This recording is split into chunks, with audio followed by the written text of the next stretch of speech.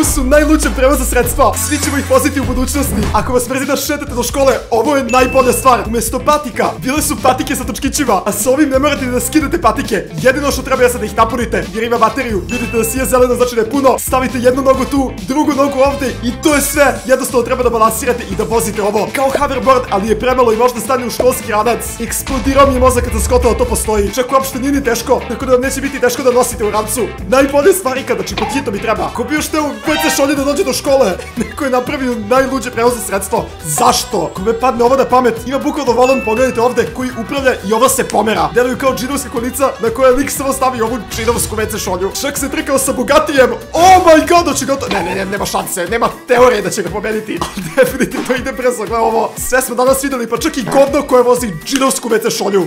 Ali bolje je auto da vodi. Kao što vidite, ima točkove, ali ispod na neki način može da vozi po vodi. Gledaj ovo kako izgleda, nema šanse. Ovo i pod hitno treba. Vidite kako izgleda kada se neko snima sa strane. Možete ga čak zakačiti, dovući do kopna i voziti na putu. Najnormalnije, znači bukvalno je u isto vreme i vodeni, a i kopteni auto.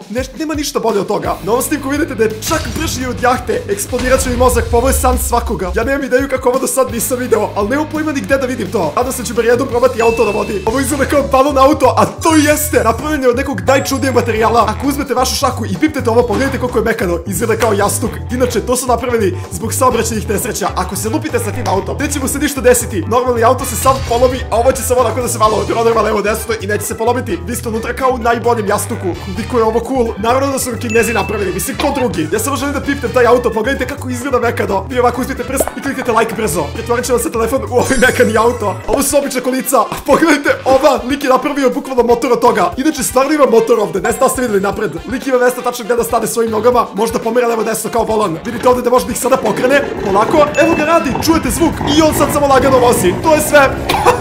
Ćao brate. Ja ne mogu da verujem. Šta će ljudi sve izmisliti? Ovo je nešto najbolje što smo danas videli. Inače radi bukvalno na benzinu, tako da izgleda mora da punite na benzinskoj pumpi. Izgleda ekstremno zabavno ako mene pitate, znači svako bih hteo to da proba. A ovo je još 10 puta bolje. Ovo je dron, ali za čoveka. Znači vi bukvalno možete da letite sa ovim, da se spustite dole i da sve bude okej. Čekaj, je li moguće? Ovako izgleda izbliza i stvarno je kao mali dron, ali za džinovskog čoveka i to je to, sve okej. Radi čak i u pustinji ako se toga pitate. Možete svuda da se popnete. Ako odete do Njujorka i vidite tog lika, nemojte se puno uplašiti.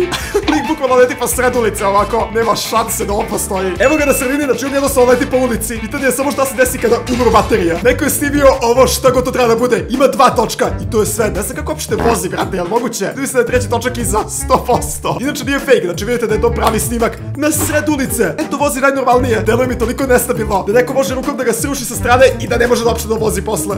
Kako to radi? Napravili su čak i vozilo za džinovske rupe. Gledaj kako izgleda. Ne znam zašto me podsjeća na pauka, verovatno zašto ima kao dugačke ove noge. Tako ćemo da ih nazovemo. I vidite da može da ide preko svega. Koliko god da je duboka rupa, ima ovu nogu koja se ispruži, to je to. Radi perfektno.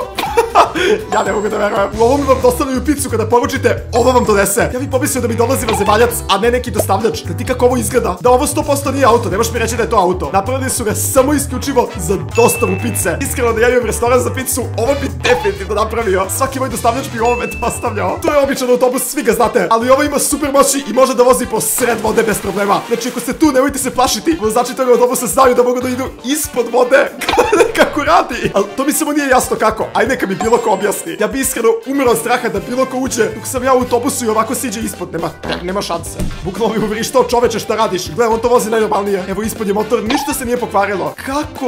Ovaj moment kada bukvalno vozi po vodi. To mi samo nije jasno kako je moguće. 100% je plitka voda. Nemoguće je drugačije. Znači ne mogu da verujem. Na početku izgleda kao običan auto, vidite kako se vozi, ali sada ćete već skontati da nije običan. Jednostavno može da izvuče ovaj gornji deo i to su mu krila. Bukvalno se pretvara u helikopter. Ako ovo bude uskoro, ja ću bukvalno da budem najsrećniji čovek. Gledaj kako izgleda. Malo pre je bio auto i vozio sam na ulici, sad je iznad oblaka. Znači sad si recimo u nekom gradu i za 2 sata si u drugoj državi s ovim. Jedva čekam budućnost i leteće automobile. Samo se pitam kad položeš, je položiš za dozvolu auta i aviona ili samo auta? To me sad zanima pod hitno. Tadija i Stefan su deo Rock Fema, tako da posjetite i vi. Kliknite svi to subscribe dugme. Na Rock Fem shopu možete uzeti najjači duks koji je skroz raspravan, zato požurite i šaljite mi slike kao njih dvojica da vas pozdravim u klipu. Koliko često vidite banana auto na sred parkinga, ovo je neko dašao i to je to, stoji normalno. Inače auto je posebno napravljen, znači samo za tu bananu. Može da se vozi, funkcioniše sve najnormalnije i evo tako izgleda. To je vlasnik auta, gledaj ga lik. Ne znam otko ljudi ima vreme da naprave ovako nešto cool. Sigurno su ga pravili mesecima, gledaj kako izgleda, znači ja ne mogu. Automobili su postali ekstremno dosadni. Zato su ljudi napravili tanka koji vozi kao auto. Znači nije kao onaj tank koji se koristi u ratu ili tako nešto. Ovo je funkcionalni tank, gledaj kako izgleda. Ima bukvalno volan, ima sve što može čovjek da upravlja. Iznutra više izgleda kao auto nego tank, logično. Ovo je crveno dugme kako ga palite. I to je sve, sad možete voziti tank na sred ulice. Kako ovo dobro izgleda. Znači ja pod hitno želim da probam ove stvari. Gledajte, ovo molim te. Ja sam iskreno u velikom šoku posle ovog videa. Kušao da putuje nešto najdosadnije. Na prvi pogled ovo izgleda kao jedan običan auto, ali ne, može da se podigne i to dosta visoko, da obiđe sve automobile. Ja ne mogu da verujem. Pod hitno bi trebao ova stvar. Koliko puta sam se našao u gužvi i čekao po sat vremena. Iskreno bukvalno bi dao sve pare koje sam ikad zaradio na ovo. Znači pod hitno, recite mi gde ovo ima da se kupi. Ovo će mi uštediti previše vremena. I još imate najviši auto na svetu. Ja mislim da ovo je ilegalno. Da mislite da je ovo stvarno dozvoljeno na putu? A čak i ako nije policija ne može da vas uhvati. Samo se podignete ovako, ne mogu da dođe do vas. Šta je tako ovo? Nemam ideju. Izgleda kao opet neki minijaturni auto. Gde uđete? Ima mesta samo za jednu osobu, dobro? Gledaj kako izgleda. Zašto je podsjeća na smart auto? Izgleda definitivno još manje, ali više cool. Da, ovo bukvalno izgleda kao igračkica. Gledaj ovo, molim te. Samo me zanima kako brzo ide. Najmanji točkovi ikad. Nije uopšte brz. Najbrži ide 90 km/h. Što nije nešto puno, ali cool izgleda bukvalno kao bicikl. Ovaj auto ide bez goreva, samo pomerite ovako napred nazad i on vozi samo od sebe. Znate da mi nije jasno kako. Čak ima mesta za 3 osobe još. To je ukupno za 4 osobe koje pomeraju ovako napred nazad i auto vozi samo od sebe. Šta? Može da ide čak 30 km/h. Dakle, ne treba vam dozvola, ne treba vam ništa. Sednete ovde i pomerate napred nazad, napunite verovatno, ne znam šta se napuni. Verovatno ništa, tako okrećete točkove, isto kao bicikl, eto to je to. Samo pozovete još 4 druga i pomerate svi ovako da vozite auto. Ovo izgleda kao nešto najčudnije, ne znam da li je motor, da li je bicikl, ne znam uopšte. Ali vi tu ležite i vozite na ovaj način. Inače, jako je brzo i vidite kako izgleda ovde. Niko vas ne vidi zato što ste okruženi s ove strane, ali kako radi ovo? Čekaj, to je najbrži bicikl na svetu. Da, brate, ovo je bukvalno bicikl. Vi u njemu ležite kao da vozite formulu, ali zapravo okrećete nogama i to je to. Funkcioniše kao pravi bicikl, znači ja ne mogu. Ako uzmete sir i auto i to pomešate u jedno, nastane auto sir u isto vreme. Ajde, pogledajte ga, molim vas. Znači, neko je napravio auto koji je definitivno sir. Ja ne znam kako ljudi prave uopšte automobile, ali evo vidite kako izgleda. To je to, sirni auto.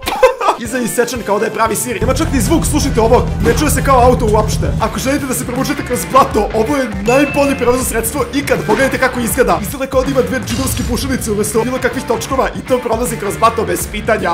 Oh my god. Znači ne možete se zaglaviti nikad. Prolazite kroz svaku reku, močvaru, šta god vam treba. Bam, evo ga ovde. Samo je pitanje kako dovući ovu stvar do bilo čega što je vodeno ili blatnjavo. Nema točkova da ga vozite po putu, tako da kako dođete do ovde. Ako volite da vozite bicikl, ovaj ne morate voziti. Kao što vidite, nema pedale. Znači vidite i noge, ništa. Stoje u mestu i ona jednostavno vozi sama od sebe zato što to je električni bicikl. Ima previše snage i može da bude brz kao motor.